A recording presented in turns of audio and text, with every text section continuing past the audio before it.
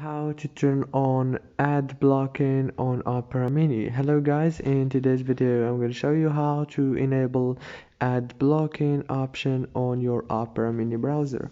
So first thing, go to Opera Mini. Now this is the home page. You go down here and click on this option. Now click here on the settings, and here you go. Now all what you have to do is scroll down until you find ad blocking right here. Click on it and you can turn it on from here easily. If this video was helpful, please don't forget to like and subscribe, and thank you so much for watching this video until the end. See you later.